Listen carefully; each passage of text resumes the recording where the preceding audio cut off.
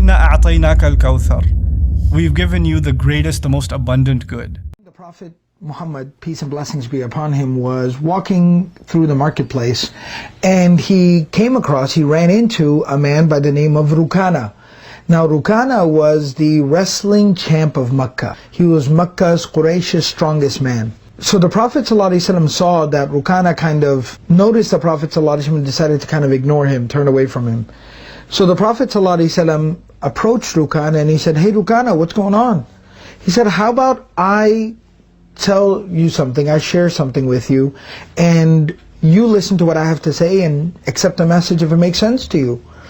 So Rukana tells the Prophet ﷺ that if you wrestle me and you can beat me in a wrestling match, I'll sit down and listen to whatever it is that you want to tell me. So the Prophet ﷺ said, "All right, let's do this. It's go time."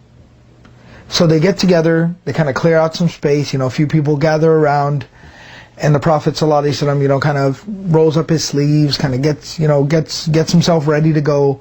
They get into their postures and their positions, and it's go, time to wrestle. And the Prophet ﷺ goes in, picks him up, and body slams him. And you know that body slam? Again, if you've ever seen, WWE wrestling, may Allah subhanahu wa ta'ala forgive you. But, when you body slam somebody on their back, you throw them to the ground on their back. Except this time it's not fake, it's for real. So the Prophet ﷺ picked up Rukana and body slammed him.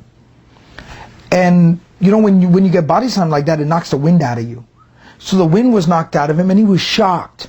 And he took a couple of minutes to recover, and then he looks at the Prophet ﷺ and he goes, nobody, let alone, forget about beating me, nobody's ever put me to the ground.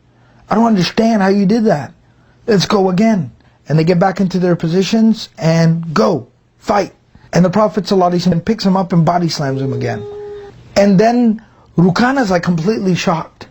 And he's like, "Oh my God, what just happened?" And he gets up again and he goes, "I don't understand what's going on." And he says, "One more time, all or nothing." And so again, they get into their stance, they get ready to start wrestling, and the Prophet ﷺ goes inside, grabs Rukana, and body slams him for the third time. And by this point, Rukana can't even get up. He was down for a couple of minutes, just like his body, like the wind is knocked out of him, his mind is blown. He's just completely shocked. And he finally gets up and he tells the Prophet ﷺ, like, "Nobody's ever beaten me before, dude. And you body slammed me 3 times. I don't understand what's going on." And so this is a pretty awesome story in and of itself. But here's the catch. The Prophet ﷺ tells him, "You want to know something more amazing than that?" And then the Prophet ﷺ tells him, "Believe in Allah. There's no one worthy of worship but Allah. And I, Muhammad, am the messenger of Allah." That's the truth. Rukana ends up accepting Islam, becomes Muslim on the spot, and leaves from there as a Muslim, having believed in Islam. What's the moral of the story? The moral of the story, number 1, is that the Prophet could throw down. The second moral of the story is that we know the Prophet ﷺ was a da'i, right? Somebody who called people to Allah. He was the ultimate da'i. All of us, it's a responsibility we have, and we want to share the message of Islam with people, with the world. But there's a way to do that.